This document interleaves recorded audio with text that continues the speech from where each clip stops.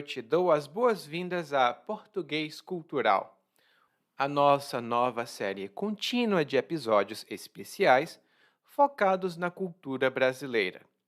Esses episódios serão inteiramente em português e apenas nessa introdução teremos um pouco de inglês e informações sobre os episódios. And I don't know if you have the same sensation, the same problem as I do, but I've been learning English forever, but I've never been to an English speaking country. And in my case, whenever I talk to my American friends, they use lots of expressions about baseball that I understand nothing about. Nothing about the sport, nothing about the expressions. One of my students was kind enough to teach me about that part of the culture. And I was like, oh, that's interesting. So you need to know the culture to actually talk to people in a way that they understand, and that immediately rings a bell with them. And that's what our episodes of Português Cultural wants to bring. We want to bring you information about Brazilian culture and culture in Portuguese-speaking places, mostly Brazil, but because Brazil is a big country and it has lots of intersection points with other Portuguese-speaking countries, we are including also other countries as well. But mostly we're focusing on Brazilian culture and how you can use that to talk with your friends. In our episode today, we're going to talk about São João, the big festival that happens every June and that's about to begin. These episodes are ongoing, which means every Sunday we have a new episode. This episode was actually recorded a little bit later, but it corresponds to the episode that should have been published on the 21st of May. Agora, vamos começar com o episódio especial de Português Cultural, número 1, o São João no Brasil, e como você pode falar sobre isso.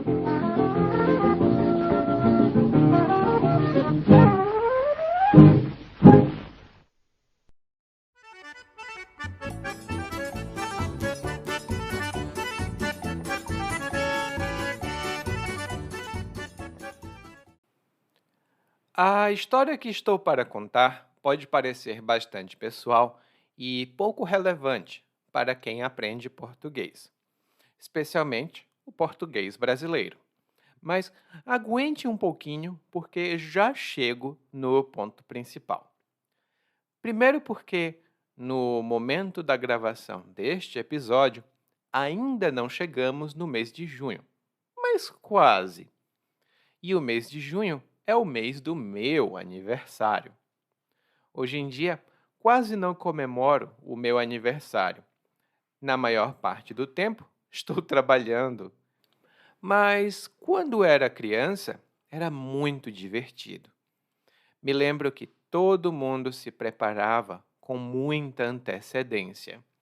Ou seja, eles se preparavam muitos dias antes do meu aniversário começar e continuavam as festas até muito depois. Lembro também das roupas interessantes que elas vestiam, da comida especial que elas preparavam e também da fogueira. Ah, e a fogueira, se você não souber o que é quando você coloca fogo em um monte de madeira. Normalmente, nós fazemos uma fogueira para nos aquecer, para ficar quentinho. E se você estiver achando estranho que fizessem uma fogueira para o meu aniversário, é porque, primeiro, é estranho mesmo, e segundo, não era para o meu aniversário.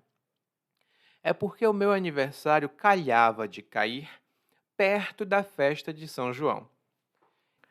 E se você tiver percebido a palavrinha especial ali, eu disse que o meu aniversário calhava de cair perto da festa de São João. E calhar, basicamente, significa coincidir, acontecer em certo momento, em um momento muito oportuno, muito adequado. Assim como o meu aniversário calhava de acontecer perto do São João, esse episódio calhou de ser publicado muito perto do São João também, para que você saiba do que é que se trata e possa falar com seus amigos e amigas do Brasil. O São João é uma das festas tradicionais do Brasil. Nós também chamamos de festas juninas. Dizem que junino era relacionado a joanino, ou seja, de João, mas a verdade é que vem do latim. Oficialmente, o dia de São João é no dia 24 de junho, mas as celebrações do São João vão muito além desse dia. Claro que isso não acontece no Brasil todo, mas acontece em boa parte do país. E o que as pessoas fazem para celebrar o São João? Bom, elas fazem muitas coisas e vamos ver o que elas são agora. Não todas, mas algumas das que eu acho que são mais importantes. Então, São João está dormindo, não me ouve, não. Acordai, acordai, acordai, João. E agora vamos falar sobre um dos assuntos que eu adoro discutir com todo mundo, que é comida. Adoro falar de comida. E eu não tenho dados estatísticos para embasar, para fundamentar a minha opinião sobre esse ponto de que vou falar agora. Mas acho que as duas épocas do ano em que os brasileiros mais ganham peso, ou seja, em que os brasileiros mais engordam, são o São João e o fim de ano.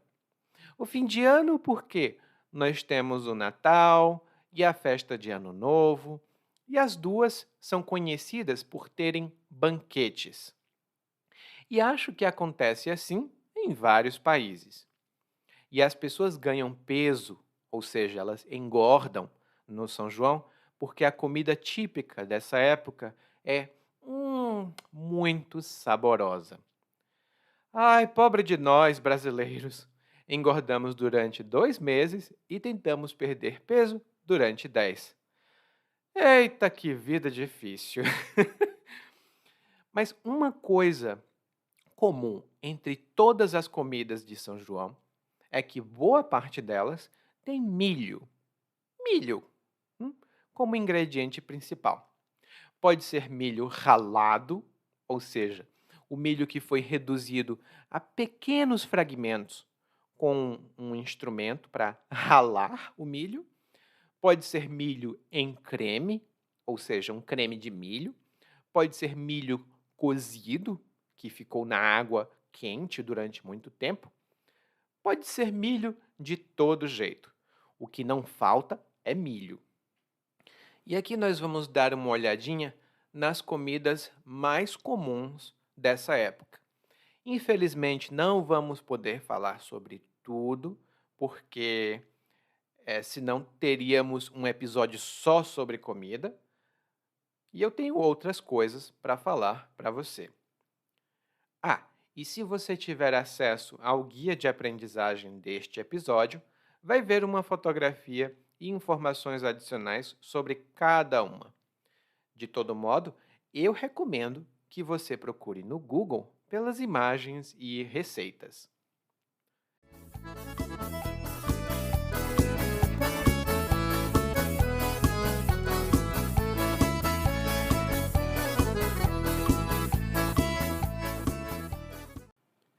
E a primeira comida é curau. O curau é um creme de milho verde feito com leite. A consistência é bem boa. Nossa, expliquei muito, não foi? Bom, a consistência é quase sólida. É um pouco como um pudim, mas um pouco mais sólida. Normalmente nós colocamos um pouquinho de canela em cima do curau e fica muito saboroso. E essa comida muda de nome, assim como eu mudo de ideia sobre qual livro devo ler. Ou seja, ela muda muito. Um dos nomes que ela recebe é canjica, lá no Ceará. Em outros estados, ainda podem chamá-la de mugunzá, mas o mugunzá que eu conheço é diferente. O mugunzá é um tipo de mingau de milho. E o mingau é qualquer coisa cremosa, normalmente feita com alguma farinha de um cereal. Por exemplo, tem muita gente que gosta de comer mingau de aveia pela manhã. O que eu acho muito estranho, porque para mim, mingau de aveia é comida para comer antes de dormir. Mas isso são detalhes não muito relevantes neste momento. Voltando ao mugunzá, ele é muito doce, com açúcar, e é feito com leite também, e normalmente tem leite condensado. Dá para imaginar como é doce. É muito, muito doce. A gente também gosta de colocar um pouquinho de canela em cima para dar um sabor especial. E mais uma vez, o nome vai mudar a depender do local onde você estiver. Tem quem chame mugunzá de curau e tem quem chame mugunzá de canjica. Para mim é muito estranho, porque mugunzá, para mim, é mugunzá. E isso é uma coisa até comum, sabe? Porque o Brasil é um país enorme.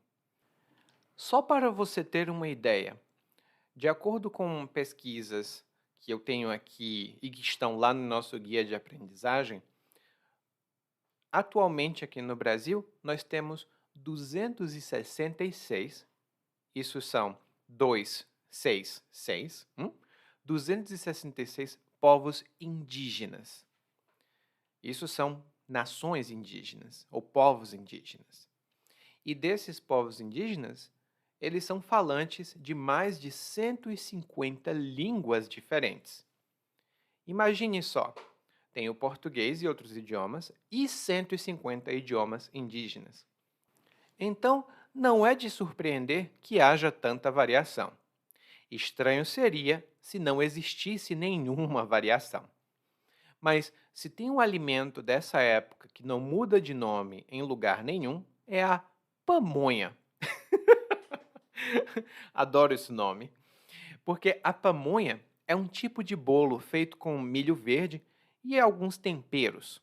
O sabor é muito característico e infelizmente não tenho como descrever de maneira fácil. Mas a coisa interessante da pamonha e que você reconhece imediatamente é que a pamonha é cozida em folha de bananeira. Ou seja, ela é cozida na folha da árvore da banana. Pessoalmente, eu gosto de tomar um cafezinho e comer uma pamonha com manteiga. É muito bom. Faz tempo, inclusive, que eu não como pamonha. Ah, e uma curiosidade cultural. Se você chamar uma pessoa de pamonha, não é educado, tá? Isso significa que essa pessoa não tem iniciativa. Ela não tem firmeza. Às vezes, eu me acho um pamonha, né? Mas isso é só um hábito feio de quem gosta de se criticar. Tem outras comidas típicas dessa época, mas só vou mencionar mais uma porque tem a ver com uma história pessoal e é uma comida menos conhecida fora do Nordeste. No Nordeste, ela é conhecida especialmente entre as pessoas mais velhas. Por exemplo, 30 anos. Meu Deus, esse critério de idade está ficando maluco. Bom, e a comida, ou melhor, a bebida de que vou falar, se chama aluá. E eu tenho uma pergunta para você. Será que você daria bebida alcoólica a uma criança? Tipo, whisky, vinho? Provavelmente não, né? E essa seria a postura correta de um adulto responsável. Mas não quero dizer que os adultos do meu estado, Ceará, sejam irresponsáveis. Bom, pelo menos existem muitos adultos responsáveis por lá. Mas o que quero dizer é que existia, e ainda existe, uma bebida típica da época de São João que faziam quando eu era criança. E essa bebida, como eu disse, se chama aluá ou aruá, e é uma palavra masculina, o aluá. Na minha experiência, essa bebida é bem menos comum hoje do que era antigamente, pelo menos aqui no Nordeste. O aluá é uma bebida refrescante de origem indígena. hum? Ela é tradicionalmente feita com milho fermentado, mas em outros lugares as pessoas usam abacaxi. E no meu estado, que é o Ceará, fazem diferente. Eles têm uma receita um pouco diferente. Lá, eles fazem aluá com pão seco, gengibre, erva doce e também adoçam com rapadura preta. E a rapadura é um doce de açúcar. É um doce, né? Feito de açúcar. Pode parecer estranho, mas é um doce feito de cana-de-açúcar. E como a bebida fica alguns dias no processo de fermentação, que é o mesmo processo pelo qual passam a cerveja e outras bebidas, né, ela fermenta, ela passa por essa reação química e cria um leve teor alcoólico. Não é nada que seja impressionante, não é vodka, por exemplo, mas é um pouquinho de álcool. E todo mundo pode beber aluá. E na minha época, quando eu era criança, a gente bebia o aluá e dava um sono. Eu não entendia por quê. Eu pensava, nossa, toda vez que eu bebo aluá, eu quero dormir. Por quê? E muito provavelmente isso acontecia com muitas mães cansadas que davam aluá para os filhos para finalmente poderem ter um momento de paz e tranquilidade.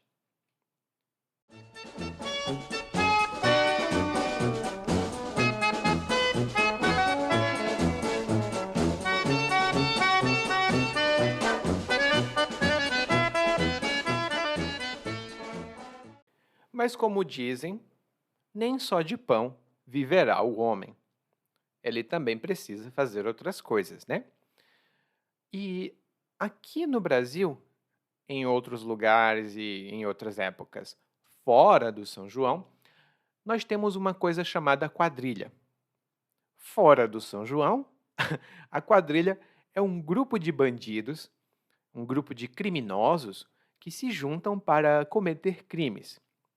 Inclusive, é uma palavra infelizmente muito comum se você assistir televisão ou ler notícias no jornal. Mas não é do que viemos falar aqui, né? Porque as quadrilhas que eu via quando criança e as quadrilhas de São João são muito melhores do que esses criminosos mequetrefes que se juntam para cometer crimes. E a palavra que eu disse foi mequetrefe. E quando você chama alguém de mequetrefe, é uma palavra legal, né? Mequetrefe. É, isso significa que essa pessoa é insignificante. Ela não tem valor. Então, um criminoso é mequetrefe.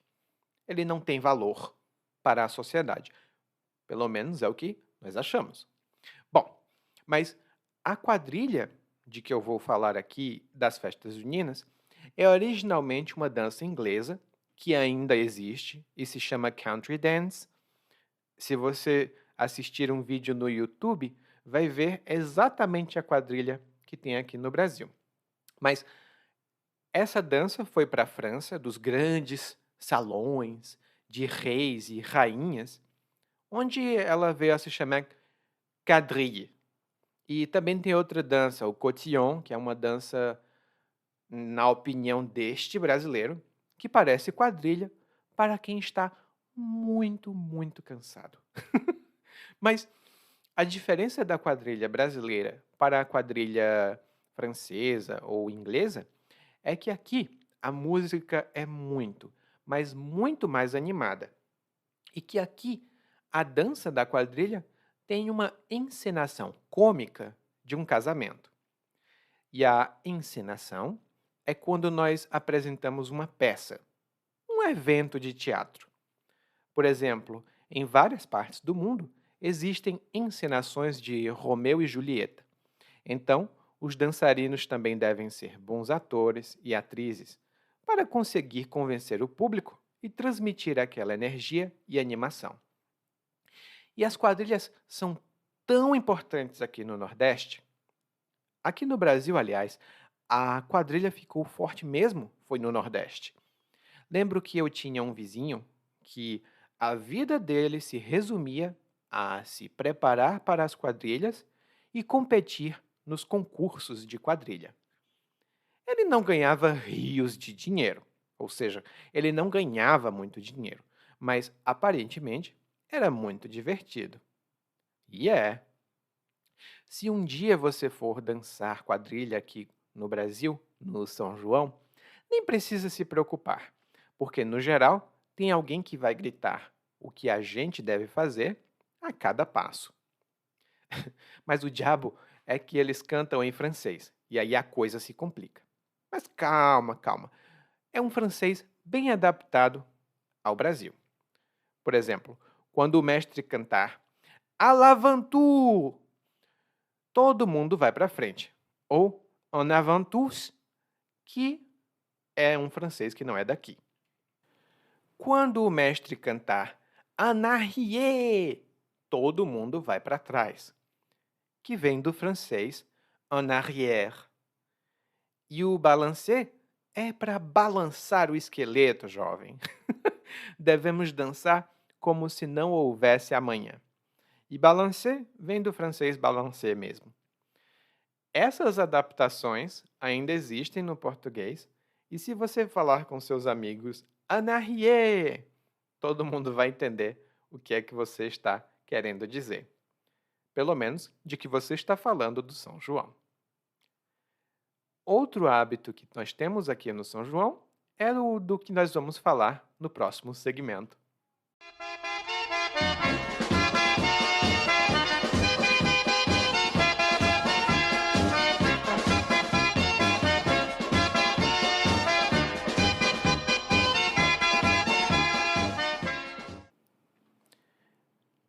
Eu não sei por que nós gostamos de fazer isso, mas aparentemente traz boa sorte. E esse é o terceiro ponto importante, mas não o último, hein? O São João é muito maior do que isso. Mas esse é o terceiro ponto importante de que nós vamos falar hoje, que é pular fogueira. E a fogueira, como eu disse anteriormente, é quando você coloca fogo num monte de madeira. Normalmente madeira, mas qualquer fogo em muito material é uma fogueira. Normalmente, nós acendemos uma fogueira para nos aquecer, mas também pode ser para fazer um churrasco. Você acende uma fogueira e vai assar uma linguiça, talvez. Mas essa fogueira de São João vem de tradições portuguesas e indígenas. E antes de eu contar um pouco sobre a história, só um detalhe. Durante o mês de junho, se você viajar no interior do Nordeste, até na capital também, é muito comum, tipo em Salvador, em Fortaleza, em Recife, você vai ver fogueiras na rua. Talvez você pense, nossa, os brasileiros são loucos, estão acendendo fogueiras no meio da rua.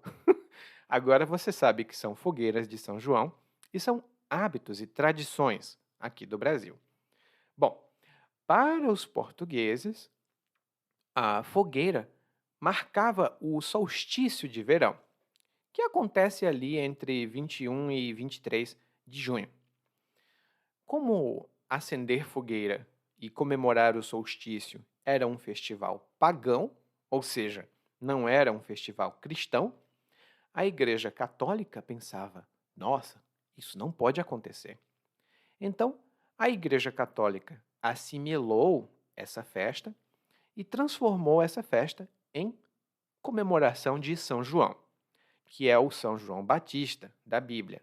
Não é o mesmo São João apóstolo do Evangelho, mas isso são tradições católicas que vão entrar nos nossos episódios em outra ocasião, se calhar. Já para os indígenas, a fogueira sempre teve um significado muito especial. E aqui eu trago as palavras da jornalista Raquel Sintra, do site Sola pelo Mundo, que é um site de viagens muito interessante, na minha opinião. Ela entrevistou indígenas do grupo Funio, aqui do Brasil. E o que eu vou ler para você agora é o que um dos indígenas tinha a dizer sobre a fogueira. E aqui eu não altero na dica de nada. É exatamente como a jornalista escreveu. A fogueira são os homens, as mulheres, as crianças e os anciões. Somos toda a base de um só elemento, que transmite uma força para toda a aldeia. E a aldeia é o grupo, é onde os indígenas moram, como uma pequena vila. Continuando, os índios mais velhos têm mais conhecimento, mas precisam dos índios mais novos para realizar as coisas. Somos todos, a nosso modo, uma força só. A madeira da fogueira, né, são os homens, que dão estrutura à aldeia. As mulheres são o fogo, que se unem a eles. Já as cinzas são anciões, que não precisam fazer nada, mas têm a função vital de manter a chama acesa. Ah, e essa fumaça que incomoda seus olhos é ela que leva todos os pensamentos dos que fazem parte dessa roda para o grande espírito. Esse é um trecho muito interessante que revela uma sabedoria muito interessante também e está na descrição do nosso episódio. O link para o artigo está também na descrição do episódio e também no nosso guia de aprendizagem. Hein? E é um hábito aqui no Brasil pular a fogueira. Claro que hoje em dia poucas pessoas fazem isso, mas eu pulei a fogueira quando era adolescente e eu gostava muito. Dava uma sensação de adrenalina até o dia em que eu me queimei um pouco, né? Tive um ferimento por causa do fogo e parei de pular fogueira. Pula fogueira, ia, ia. Pula fogueira, ioiô. Cuidado para não se queimar.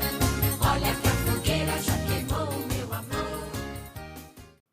E claro, essa foi apenas uma introduçãozinha ao São João brasileiro, porque em todo o Brasil ele é celebrado de maneira diferente.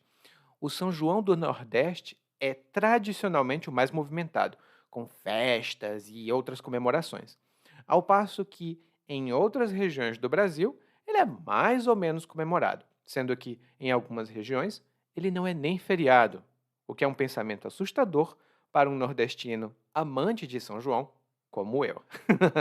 Bom, e depois você pode conferir o guia de aprendizagem para ter mais informações. O tópico de São João com certeza não acaba por aqui, mas você sabe de alguns pontos que apenas os brasileiros sabem, porque se você for um turista, normalmente não é disso de que você vai ficar sabendo. Eu sugiro que você me envie as suas perguntas sobre o São João, me conte sobre a sua experiência sobre o São João. E se você estiver em junho aqui no Brasil, venha para o Nordeste. O Rio de Janeiro e São Paulo podem esperar. Oi, tudo bem? Provavelmente você escuta nosso podcast há algum tempo. Bom, se não for o caso, eu me apresento para você. Eu sou o Eli, para Eliakim, e sou professor de português, responsável pelo podcast, pelo site portuguesewitheli.com, pelo outro site readbrazilianportuguese.com e muitas outras fontes de conteúdo para aprendizes de português que, como você, querem falar e entender o português brasileiro. Se você gostar desse podcast, você pode fazer uma avaliação do nosso podcast no Apple Podcasts. Você pode fazer a sua avaliação e isso ajuda muito. Obrigado!